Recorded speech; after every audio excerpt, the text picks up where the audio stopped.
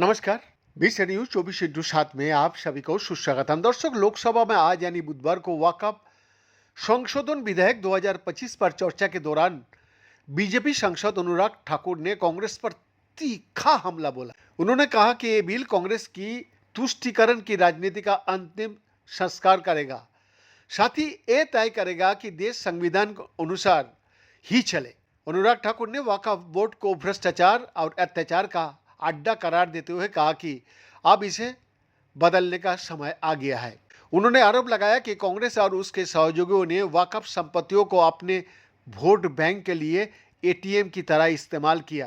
अनुराग ठाकुर ने कांग्रेस सांसद इमरान मासूद के भाषण पर प्रतिक्रिया देते हुए कहा, कांग्रेस नेता हाथ में संविधान का प्रति लेकर घूमता है, लेकिन उनकी नीतियां संविधान का खिलाफ जाती है। बाबा साहब अम्बेडकर का सपना एक संविधान का था, लेकिन कांग्रेस ने दो निशान बनाए। अब तय करना होगा कि संविधान का साथ रहना है या वक्फ का। उन्होंने 1947 की भारत विभाजन का हवाला देते हुए कहा कि देश पहले ही धर्म के आधार पर विभाजन झेल चुका है और अब जमीन के नाम पर एक और विभाजन नहीं होने देंगे। उन्होंने कांग्रेस पर अनुच्छेद 370 के जरिए देश को बड़े जख्म देने का आरोप लगाया। भाजपा सांसद ने कहा कि ये बिल किसी धर्म के खिलाफ नहीं, बल्कि भ्रष्टाचार, धोखे और धार्मिक सामंतवाद के खिलाफ है। जब तक मोदी जी प्रधानमंत्री रहेंगे, तुष्टीकरण की राजनीति नहीं चलेगी। उन्होंने कर्नाटक और उत्तर प्रदेश में कांग्रेस और समाजवादी पार्टी का शासनकाल में वक्फ संपत्तियों में हुई कथित घोटाला का भी जिक्र किया। अनुराग ठाकुर ने और लगाया कि कांग्रेस के राष्ट्रीय अध्यक्ष का नाम भी भ्रष्टाचार से जुड़ी खबरों में आया है। इससे पहले कांग्रेस सांसद इमरान मासूद ने सरकार पर पलटवार करते हुए आरोप लगाया कि सरकार सिर्फ वक्फ ही नहीं, बल्कि सभी समुदाय की जमीन और ट्रस्ट की संपत्तियों पर नजर गड़ाए हुए है।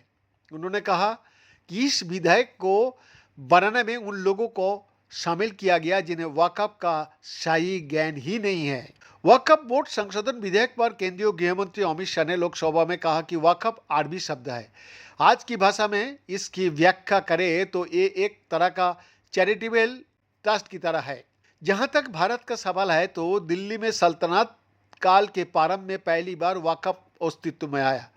बाद में चैरिटेबल प्रॉपर्टी एक्ट चला। आज़ादी के बाद 1954 में बदलाव किया गया। इसके बाद आगे चलकर वक्फ बोर्ड बना। वक्फ में कोई गैर इस्लामिक सदस्य आएगा ही नहीं। अमित शाह ने वक्फ का इतिहास कुछ हदीसों से जुड़ा हुआ मिलता है और आजकल जिस अर्थ में वक्फ का प्रयोग किया जाता है, इसका अर्थ है अल्लाह का नाम पर संपत्ति का दान, पवित्र धार्मिक उद्देश्यों के लिए संपत्ति का दान। वक्फ का समकालीन अर्थ इस्लाम के दूसरे खलीफा उमर के समय अस्तित्व में आया। बीएन का एक्सक्लूसिव रिपोर्ट, बीस न्यूज 24/7 रांची।